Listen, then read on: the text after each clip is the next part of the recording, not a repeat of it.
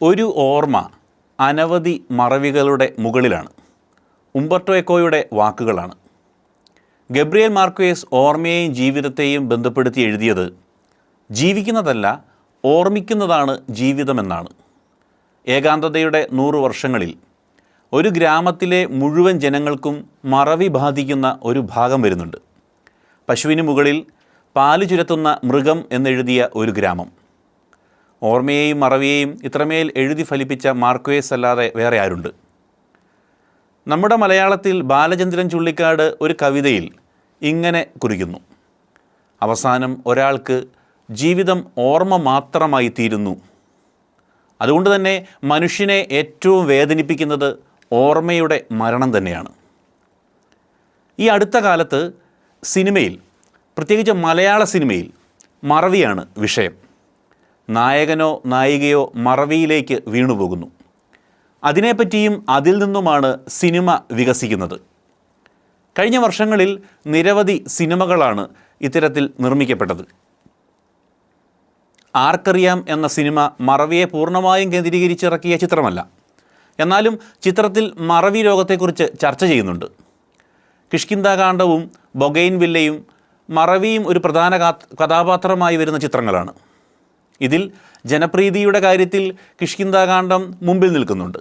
Bougainvillea ഒരു ശരാശരി ചലച്ചിത്രാനുഭവം മാത്രമേ നൽകുന്നുള്ളൂ. മലയാളത്തിൽ മറവിയെ കേന്ദ്രീകരിച്ച് നിർമ്മിച്ച സിനിമകളിൽ ഇന്നലെയും തന്മാത്രയും മലയാളത്തിലെ മികച്ച ക്ലാസിക് സിനിമകളായി ഇന്നും നിലനിൽക്കുന്നു.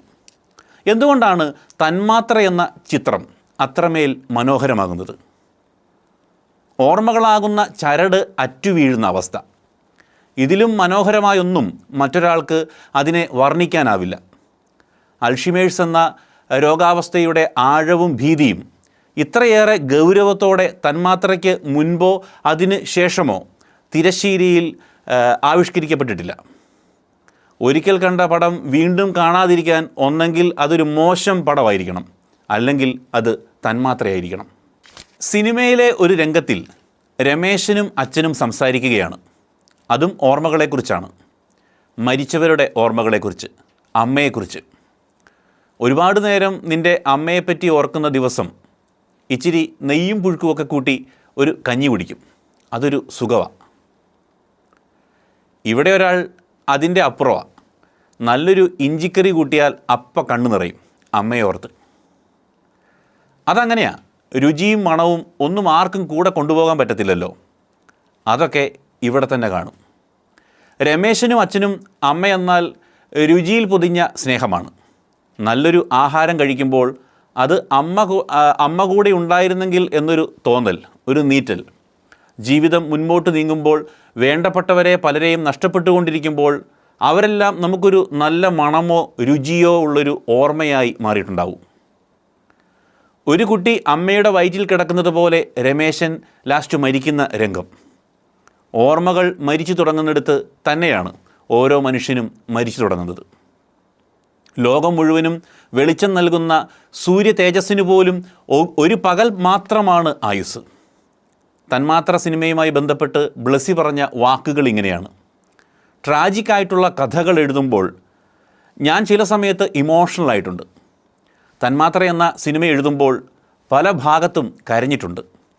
നമ്മൾ ആ കഥാപാത്രമായി മാറുമ്പോൾ ഉള്ള ആ ഒരു അവസ്ഥയിൽ അങ്ങനെ വരുന്നതാണത്.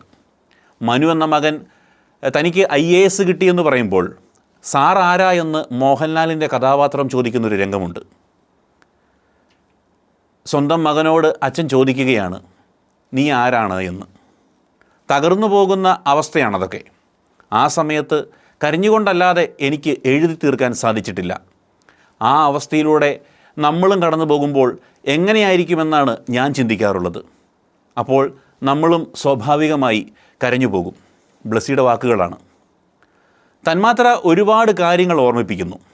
ജീവിതത്തെ, മരണത്തെ, സ്വപ്നത്തെ, ഓർമ്മകളെ എല്ലാം ഒരു കുഞ്ഞു പൂവ് വാടുന്നത് പോലെ ഹ്രസ്വമെന്ന ഓർമ്മപ്പെടുത്തൽ.